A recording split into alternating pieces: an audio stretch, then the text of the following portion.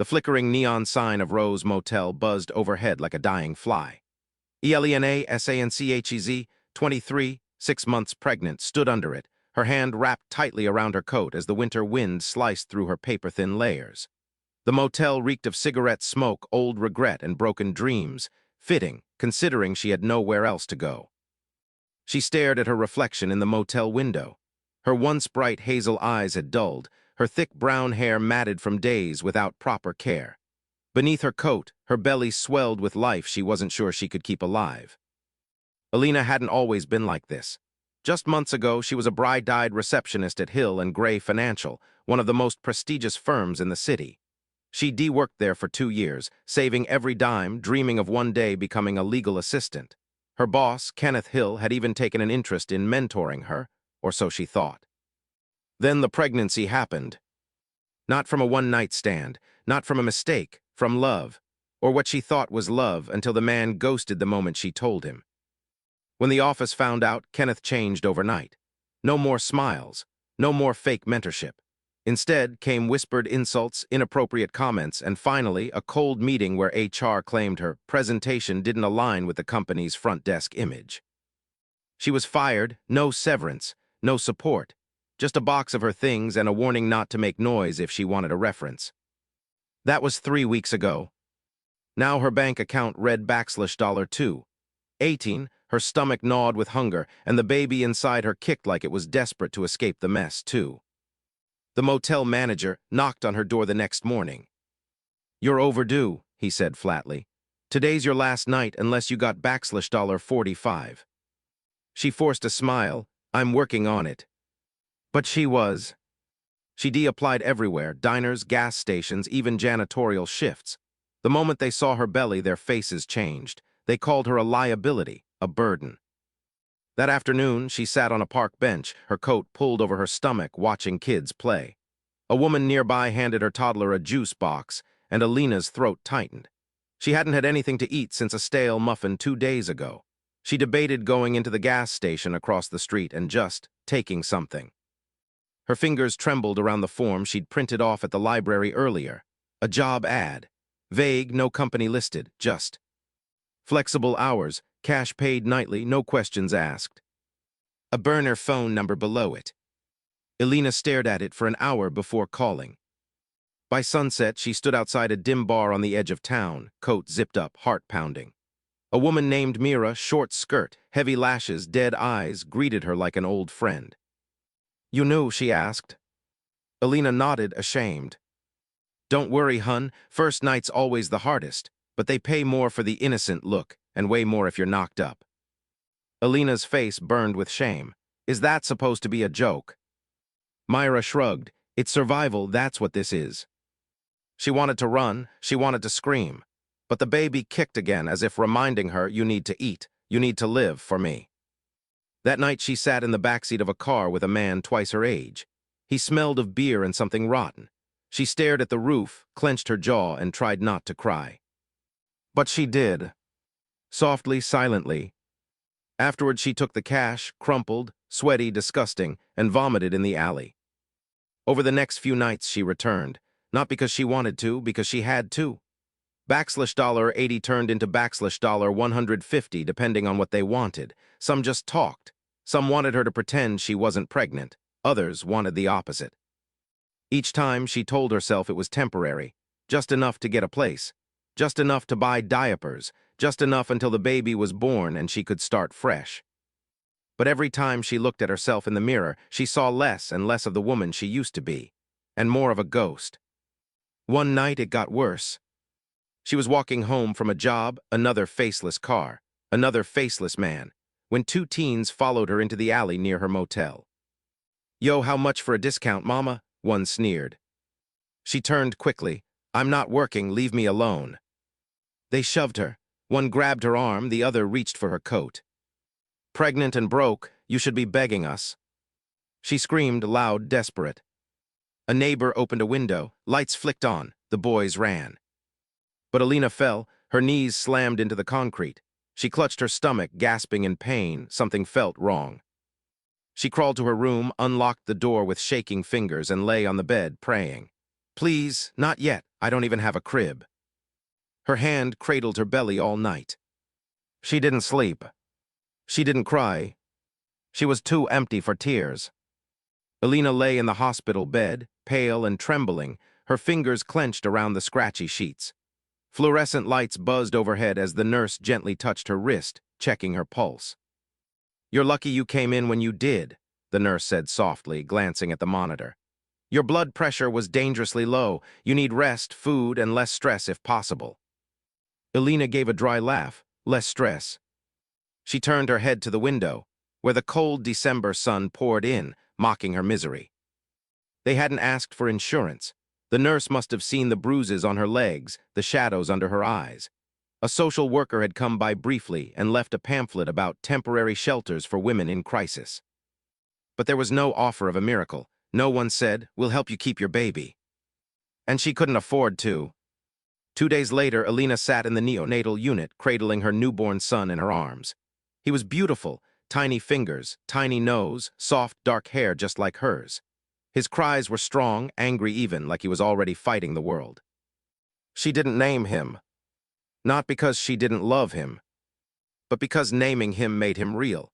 Naming him meant holding on, and she couldn't afford to hold on.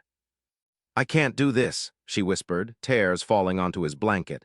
"I can't let you starve. I can't have you hate me for being born into this." The nurse returned with formula and a fresh blanket. She smiled down at Alina, not unkindly. "Still haven't filled out the birth certificate." Alina shook her head. "You still have a few hours." But she didn't need hours. Her mind had already been made up days ago.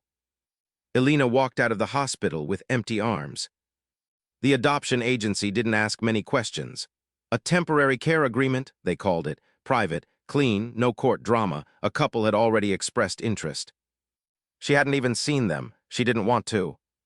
But she did ask for one thing: please make sure he never ends up like me. The $10 wasn't for the baby. It was what she had left in her wallet when she handed him over. The caseworker tried to give it back. "You don't need to pay." "It's not for you," Alina said, pushing it into the baby's blanket. "It's for him, someday. Maybe he'll remember that his mother didn't leave him with nothing." She turned and walked away before she could collapse. Years passed. Alina drifted through shelters, backroom jobs, and eviction notices. She changed cities twice. She never used her real last name, never got too close to anyone, never stopped wondering what her son looked like now. She kept a journal. Every birthday she'd write, "I'm sorry I'm not there, but I hope someone is." She never stopped hoping he'd grow up better than she did. But fate had its own cruel rhythm. One night while cleaning tables at a diner near Wall Street, a man in a navy suit walked in, young, tall, charismatic. Everyone turned to look. Alina didn't. She was busy scrubbing ketchup off a cracked menu. Then she heard his voice, confident, warm, something oddly familiar. "I'm here to meet Mr. Gray." Gray? The name hit her like ice. The firm where she once worked had merged, Hill and Gray Financial, now simply Gray Capital Group, one of the biggest venture firms in the country. The man waited, calm, polite. She brought him water. When their eyes met, something inside her twisted. He couldn't be. No, he'd be, 20 now? This man looked older, mid-20s, powerful, but those eyes, hazel like hers, his jawline, his voice. He turned to her. "You okay?" Alina nearly dropped the glass. "Yes, sorry." He smiled, not unkindly. But she couldn't breathe. The name on his card sat on the table.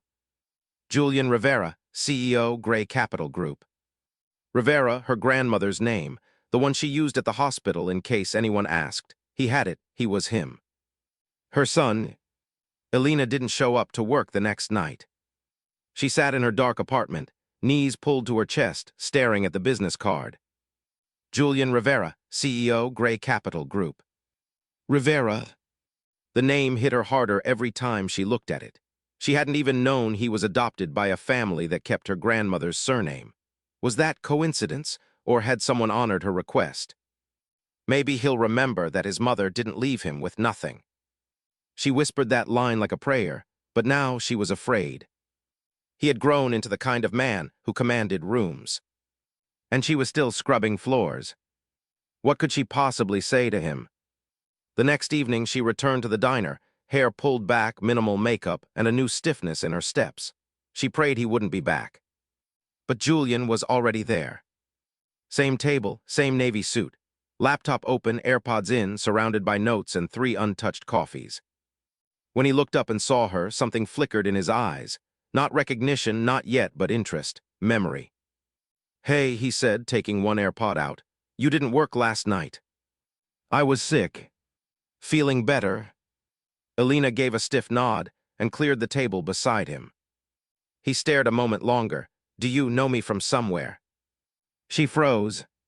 "I don't think so," she said too quickly. But the truth is, she knew everything about him now. She had searched him online for hours, watched interviews, TEDx talks, read glowing articles. Youngest CEO in Wall Street history. Turned a failing family firm into a $4B venture capital empire. Credits his unknown birth mother for his compassion. He said that in a podcast. "My adoptive parents were amazing, but I've always wondered about the woman who gave me up. I think she must have loved me more than I'll ever know." Elena had replayed that part 20 times, sobbing into her pillow. Now he was sitting right in front of her.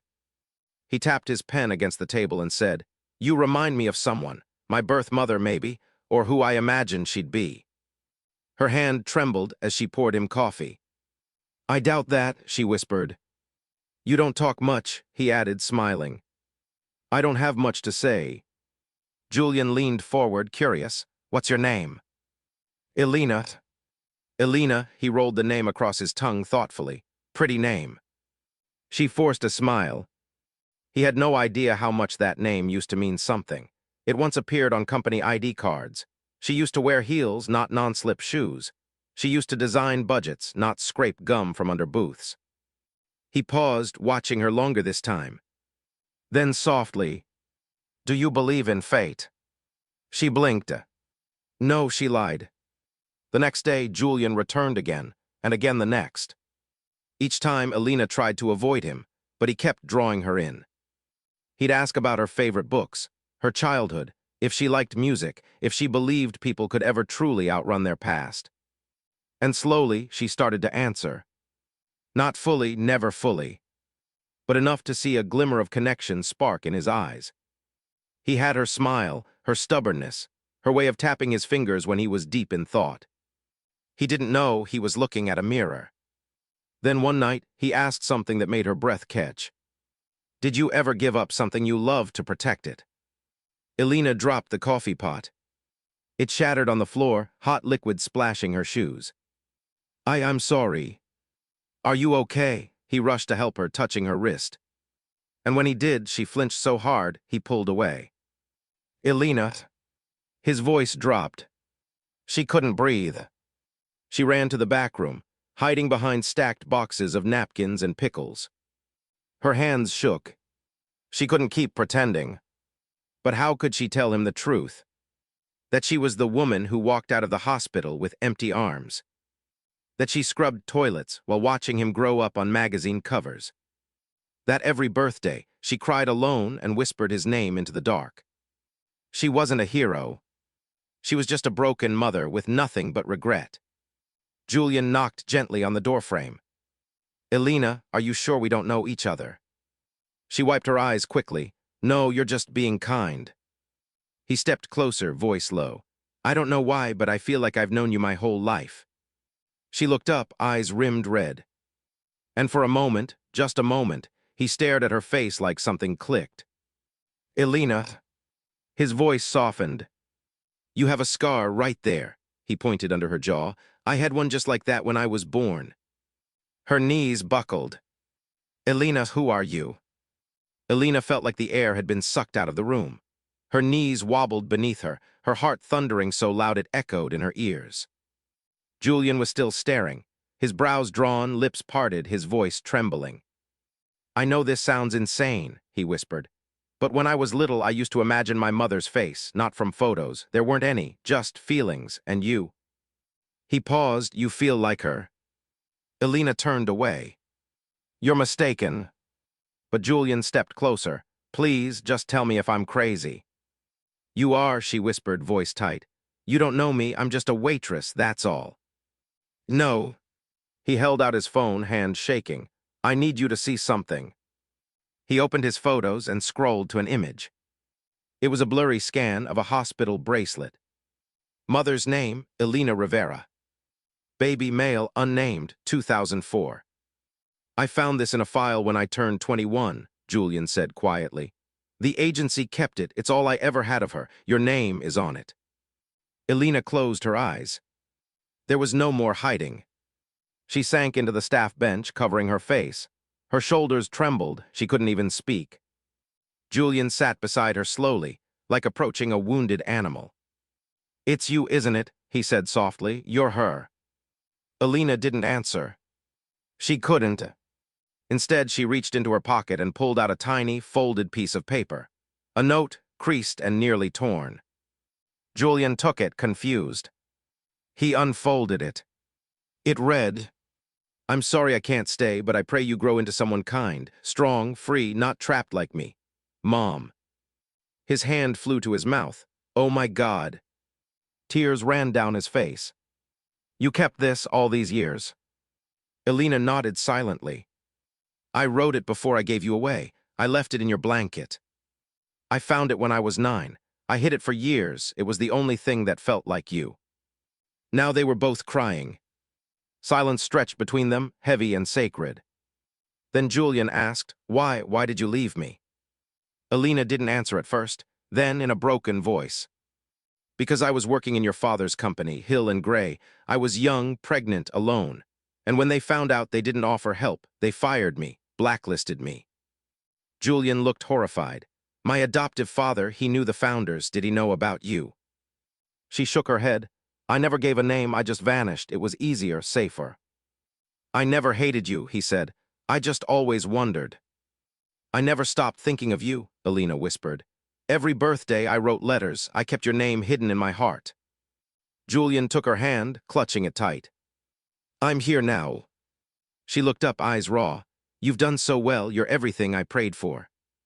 The next day, Julian didn't return to the diner.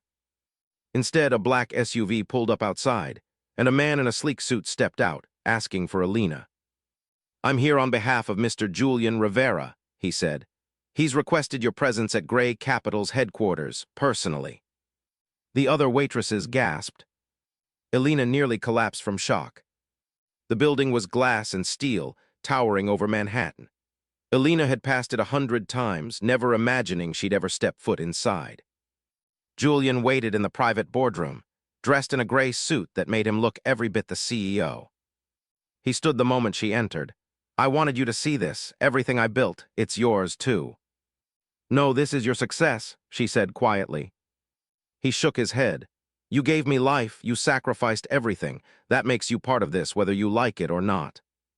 Then he pointed to the plaque on the boardroom wall. It read, Rivera Conference Room, in honor of the woman who taught me strength. Elena's eyes filled again. Thank you, she whispered. He sat her down beside him and said, There's more, I need you to know something. He pulled out a folder. Inside were documents, financial reports, old company records, the paper trail from her firing 22 years ago. It was illegal, he said. What they did to you, I had our legal team dig into it. You were terminated without cause and blacklisted from 3 other firms through silent backdoor calls. Elena swallowed. I knew, I just couldn't fight them. Well, I can. He smiled, fierce now.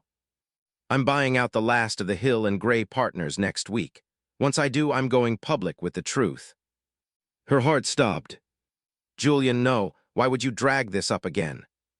Because it's not just your story anymore, he said. It's ours, and I want the world to know the woman behind me didn't disappear. She was buried by a system that never gave her a chance, and she still survived. Elena couldn't speak. So she cried.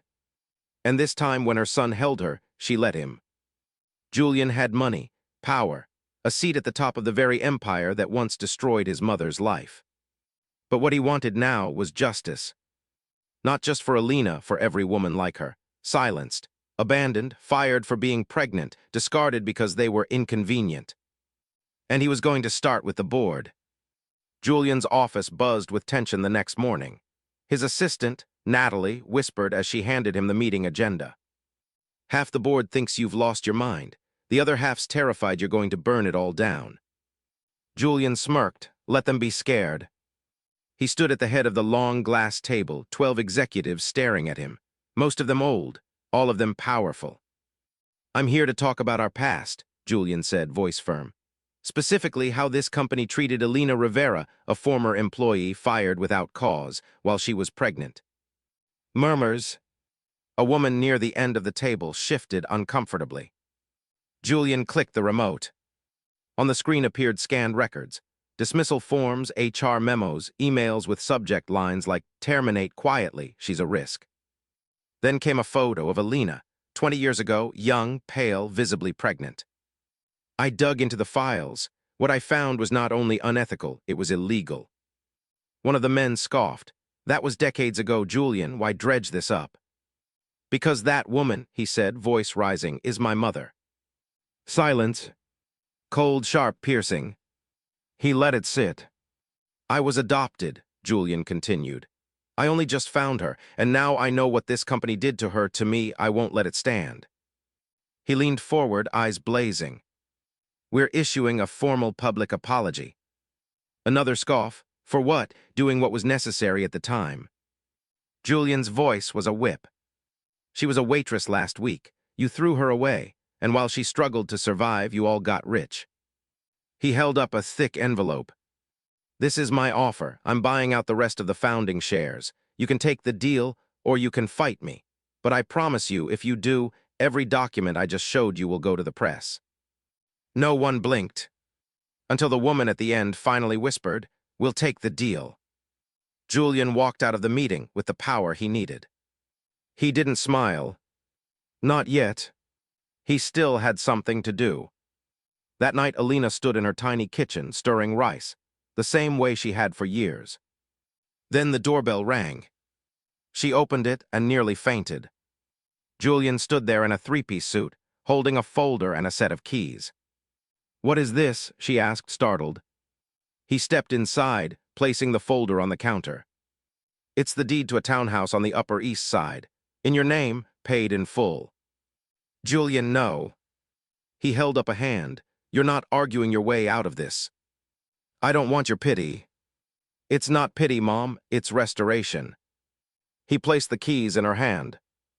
"You spent 2 decades surviving. Now it's your turn to breathe, to live, not scrape by, not hide live." She shook her head, choking back tears. "How can I ever repay you?" Julian took her hands gently. "You already did." Over the next few weeks, the story went viral. CEO's birth mother was fired by his own company while pregnant. Now he's running it. Woman forced into poverty by corporation gets public apology from her son, the new boss. Elena's phone wouldn't stop ringing. She was offered interviews, book deals, panel discussions, advocacy platforms. Julian made her the face of the company's new maternity support initiative. Full paid leave, job protections, on-site childcare. And at the official press conference, she stood behind the podium in a tailored navy dress, cameras flashing, voice steady. "I once believed I had no voice, but my son gave it back to me, and now I want to use it for every woman who's been silenced." Applause thundered through the hall. Elena didn't flinch. She was no longer the woman begging for a shift at the diner. She was Elena Rivera, mother, survivor, and now leader. Julian had become a national icon almost overnight. News outlets dubbed him the CEO with a conscience. Social media adored the reunion with his mother. Even corporate watchdogs, normally brutal, praised him for facing the company's past. But to him, none of it mattered more than the quiet moments with Elena. Like now. They sat together in her new townhouse, eating arroz con pollo. The smell reminded Julian of something he couldn't explain. Maybe a memory from infancy, maybe just the warmth of home. "Do you ever regret giving me up?" he asked gently. Elena looked up from her plate. Her eyes were soft but heavy. "Every day and never." He tilted his head. "That's a contradiction." "No," she said, "it's motherhood." She reached over, placing her palm on his cheek. I missed your first steps, your birthdays. I never got to pat your knees or read you bedtime stories. But I gave you something else, freedom, a life not chained by poverty or pain. He swallowed. You gave me everything. Later that week, Julian received an anonymous message in his inbox. Just 3 lines.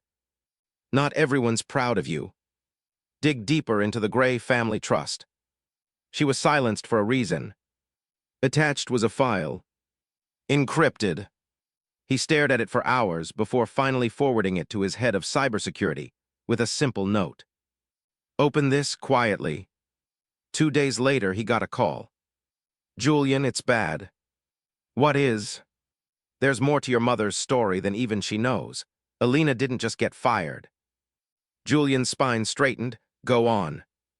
She was targeted. The analyst hesitated. Gray Capital's HR head at the time, Benjamin Dade, he was having an affair with a VP, Lena Marsh. When Alina got pregnant, Dade feared a scandal, so he framed her. Framed her how? Fabricated insubordination records, planted drug rumors, blacklisted her with partner firms to make sure she couldn't find work again. He even made sure she never saw severance pay. Julian clenched his fists. And worse, the analyst continued. She never got prenatal insurance. She paid everything out of pocket or went without. Julian's throat burned with rage. Does she know? No, she thinks it was just a cruel firing. She doesn't know it was deliberate character assassination. Julian stood, staring out his office window. That ends now. That afternoon, Julian met Alina in the Rivera boardroom. She looked radiant, healthier, more confident than ever. But the news he brought would undo it all. I found something, he said softly, about why they really fired you. She froze. Julian, they tried to erase you, destroy your reputation before you even had a chance. They made up lies. They wanted to make sure you never worked again. Alina's hand trembled. Why are you telling me this? Because truth matters, even if it hurts. She swallowed hard. And then, she did something that surprised even Julian. She stood up straighter and nodded. Then we fight. The next morning, Julian filed formal charges against Benjamin Dade and Lena Marsh for defamation, wrongful termination, and malicious blacklisting. The legal community exploded with reactions. Some called it suicidal, suing the former heads of one of New York's biggest firms. Others called it revolutionary. But one thing was clear. Julian Rivera was not backing down. Alina, meanwhile, was approached by a nonprofit women's legal fund. Would you consider joining our board? The founder asked. You'd be a voice for every single mother who was told to sit down and disappear. Alina didn't even hesitate. Yes. 3 weeks later, the court ruled in Julian's favor. Benjamin Dade's name was dragged through every news channel in America. Lena Marsh resigned from all advisory roles, and the Gray Family Trust liquidated, its assets transferred to a restitution fund for wrongfully fired female employees. Julian announced the launch of the Rivera Initiative, a $1 billion pledge to rewrite maternity laws, extend corporate protection for pregnant employees, and offer legal defense funding for those wrongfully terminated. And at the heart of the launch stood Alina, her eyes dry this time, her voice clear. I thought I was invisible, but my son made the world see me again. Let this be a message to every woman hiding in silence. You are not disposable, you are not shameful, you are not alone. That night back in her townhouse, Alina sat with Julian on the couch, watching the press conference replay on TV. She turned to him quietly. You gave me my dignity back. He shook his head. You gave me life, I just returned the favor. Months passed. Julian's company, Rivera Corp., was no longer just a tech giant. It had become a symbol of corporate reform, a haven for single mothers, and a force against exploitative systems. Journalists often asked him, was your decision personal or professional? He always answered the same way. It was human. But one evening, as the city buzzed beneath the Rivera Tower, Julian received an invitation. From the Gray family. A private meeting. He debated ignoring it, but something inside him, closure maybe, told him to go. Julian walked into a marble-clad room that once denied his mother a chair. Now he stood tall, billionaire, son of the woman they tried to erase. 3 members of the Gray family sat before him: the aging patriarch Wallace Gray, his daughter Madeline, and her son Curtis. Wallace cleared his throat. "We didn't call you here to fight," he began. "We called you here because we owe a debt." Julian said nothing. Wallace looked down. Alina was a casualty of ambition, we knew. We allowed it. We funded the cover-up. She wasn't just fired, she was buried. Silence. Julian's voice was calm but piercing. "She sold her body to keep me alive. You sold your integrity to keep your name clean. The only difference, she still sleeps at night." Wallace flinched. Curtis leaned forward. "We want to donate $200 million to your foundation." Julian didn't blink. "I don't want your money."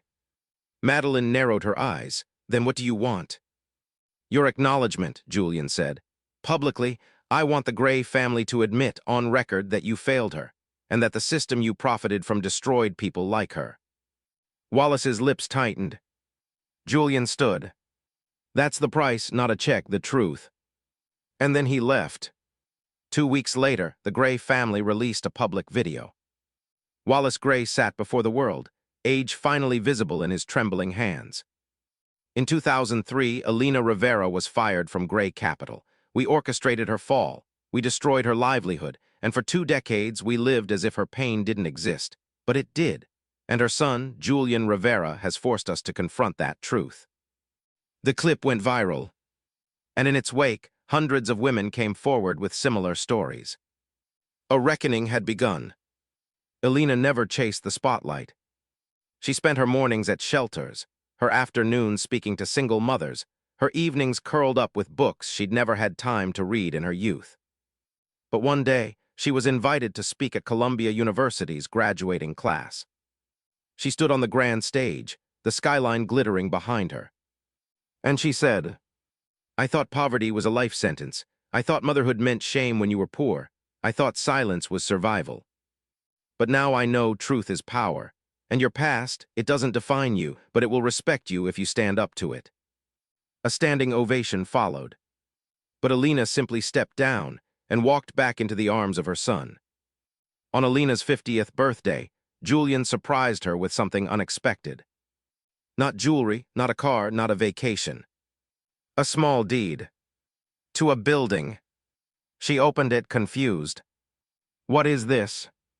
He smiled. "The apartment you gave birth to me in. The one you lost when they fired you. I bought it, renovated it, but I kept the doorway intact. It's now a women's center, with your name on it." Alina's hands covered her mouth. Julian pulled her close. "That's where I took my first breath. Now hundreds of women will take their first chance." A reporter asked Julian at a press event, "With all your success, what's your proudest achievement?" Julian paused, then said, "Forgiving the world for what it did to my mother, and helping her forgive herself." And somewhere in a quiet corner of the Rivera Women's Center, Alina sat by a window. A young mother clutched her newborn in the next room, terrified of tomorrow. Alina walked over, sat beside her, and gently said, "I was you once, and I want you to know you're going to be okay." And for the first time in her life, Alina Rivera smiled, not in survival, but in peace.